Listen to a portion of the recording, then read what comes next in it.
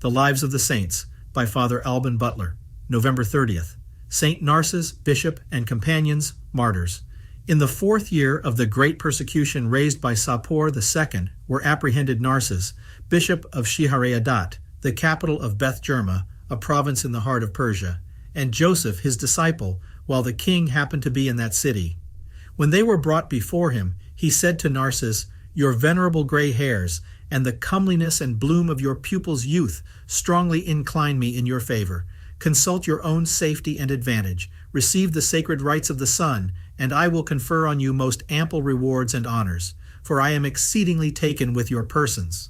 The blessed Narses answered, "Your flattery is very disagreeable to us, because ensnaring and tending to draw us over to a treacherous world. Even you who enjoy whatever the world can give, and who promise it to others, will find it fleeting from you like a dream, and falling away like the morning dew.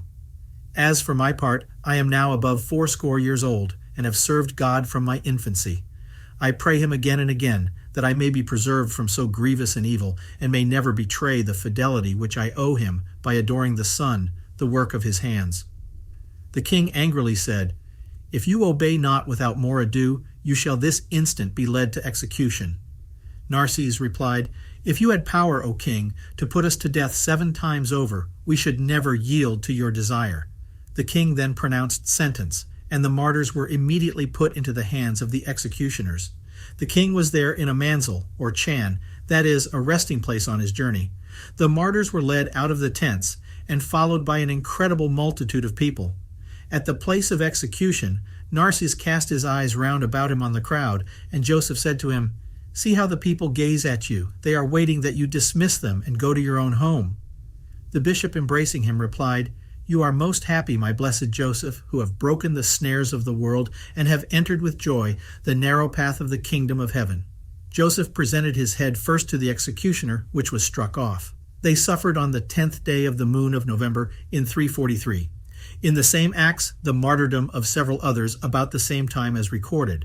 John, Bishop of Beth Seleucia, was put to death in the castle of Beth Hasida by order of Artaxerxes, Prince of Persia, probably a son of Sapor.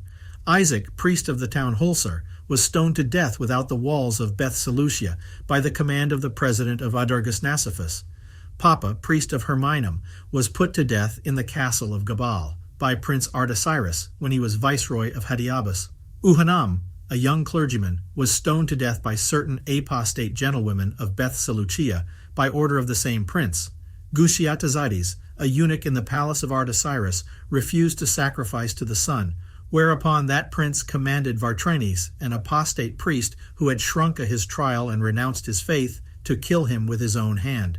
The wretch advanced, but at first sight of the holy martyr trembled and stopped short, not daring for a considerable time to give a thrust.